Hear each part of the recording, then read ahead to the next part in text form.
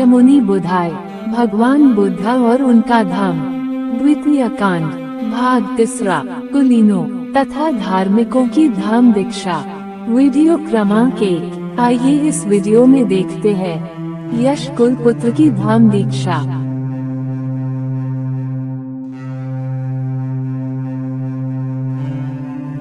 उस समय वाराणसी में यश नाम का एक गृहपति पुत्र रहता था। वह तरुण था और उसकी आकृति बहुत आकर्षक थी। वो अपने माता पिता को बहुत प्यारा था और बहुत ही संपन्न था। उसके बहुत से नौकर चाकर थे, बहुत सी पत्नियां थीं और उसका सारा समय नाचने गाने, सुरापान करने आदि में ही बीतता था। वह विलासमय जीवन व्यतीत करता था। कुछ समय बीतने पर उसे विपत्ति ने आ घेरा। उसे इस बेहोशी से कैसे छुटकारा मिले? क्या जो जीवन वह व्यतीत कर रहा था उससे कोई श्रेष्ठतर जीवन भी था? यह न सोच सकने के कारण कि वह क्या करे, उसने अपने पिता का घर छोड़ देने का निश्चय किया। एक रात उसने अपने पिता का घर छोड़ दिया और यूं ही भटकने लगा। वह घूमता घूमता ऋषिपतन की ओर ही चला आया। क्लांति के मारे वह एक जगह बैठ गया और बैठा बैठा अकेला ही जोर जोर से बड़बड़ाने लगा, मैं कहाँ हूँ? कौन सा रास्ता है? ओह कितनी परेशानी है! ओह कितना दुख है!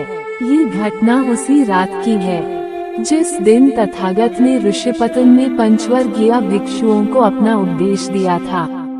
ठीक उस समय जब यश ऋषिपतन की ओर बड़ा चला आ रहा था, तथागत जो कि ऋषिपतन में ही विराजमान थे, बहुत सवेरे उठकर खुली हवा में टहल रहे थे और तथागत ने देखा कि इस प्रकार के दुखद वचन कहता हुआ यश कुल पुत्र चला आ रहा है। और तथागत ने उसकी दुख भरी आवाज सुनकर कहा, कहीं कोई परेशानी नहीं है, कहीं कोई दुख नहीं है, आओ मैं तुझे रास्ता दिखाऊंगा। तब तथागत ने यश कुल पुत्र को अपना उपदेश दिया और जब यश ने वह उपदेश सुना, वो हर्षित हुआ, वो प्रमुदित हुआ। उसने अपने सुनहरे जूते छोड़ दिए और जाकर तथागत के पास बैठ उन्हें नमस्कार किया। बुद्ध के वचन हृदयंगम कर यश ने तथागत से प्रार्थना की वो उसे शिष्य रूप में स्वीकार करे। तब तथागत ने उसे आओ कहा और उसे भी भिक्षु धर्म की दीक्षा दे दी। यश के माता पिता बड़े परेशान थे कि यश कहीं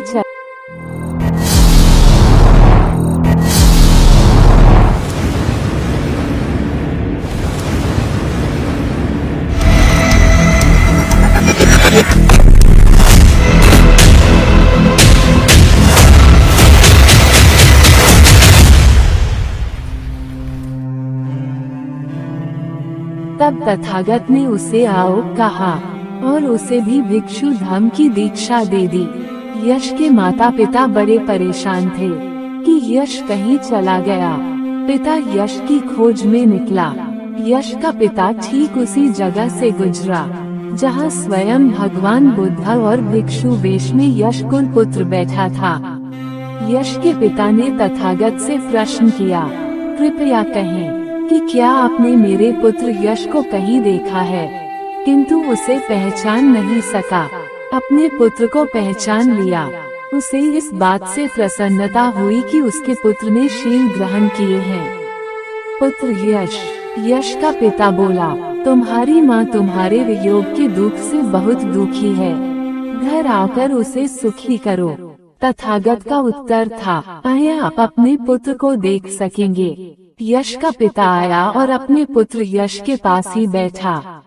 तथागत ने उसे बताया कि कैसे यश उनके पास आया था और कैसे उनका प्रवचन सुनकर वह भिक्षु बन गया है।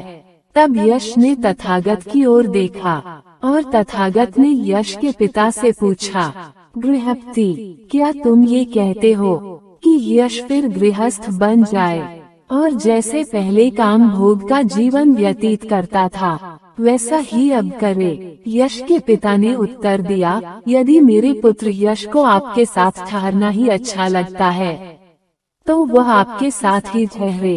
यश ने एक भिक्षु ही बने रहना ठीक समझा। विदा लेने से पहले यश के पिता ने कहा, भिक्षु संघ सहित तथागत मेरे घर पर भोजन करना स्वीकार करें।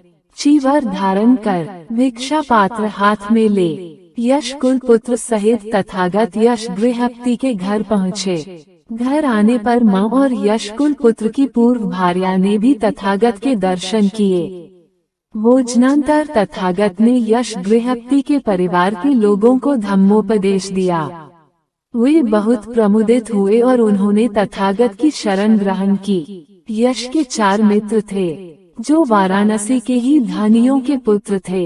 उनके नाम थे विमल, पूर्णजित तथा गवामपति। जब यश के मित्रों ने सुना कि यश ने बुद्ध और उनके धम्म की शरण ग्रहण की है, तो उन्हें लगा कि जो बात यश के लिए अच्छी है वही उनके लिए भी अच्छी होगी। इसलिए वे यश के पास गए और उससे कहा कि वह भगवान बुद्ध से उनकी ओर से प्रार्थना करे कि वे उन्हें भी अपना शिष्य बना लें।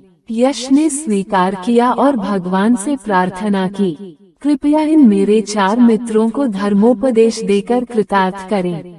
भगवान ने स्वीकार किया। यश के मित्रों ने भी धम्म की दीक्षा ग्रहण की।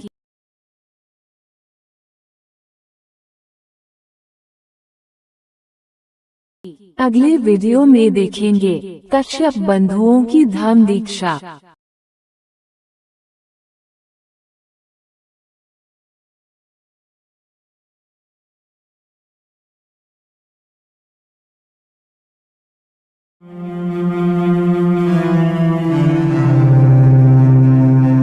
दोस्तों, उम्मीद है कि हमारा ये छोटा सा प्रयास आपको पसंद आएगा। तो कृपया हमारे इस वीडियो को लाइक करें और अपने दोस्तों को शेयर करें। और हाँ, चैनल को सब्सक्राइब करना ना भूलें। धन्यवाद।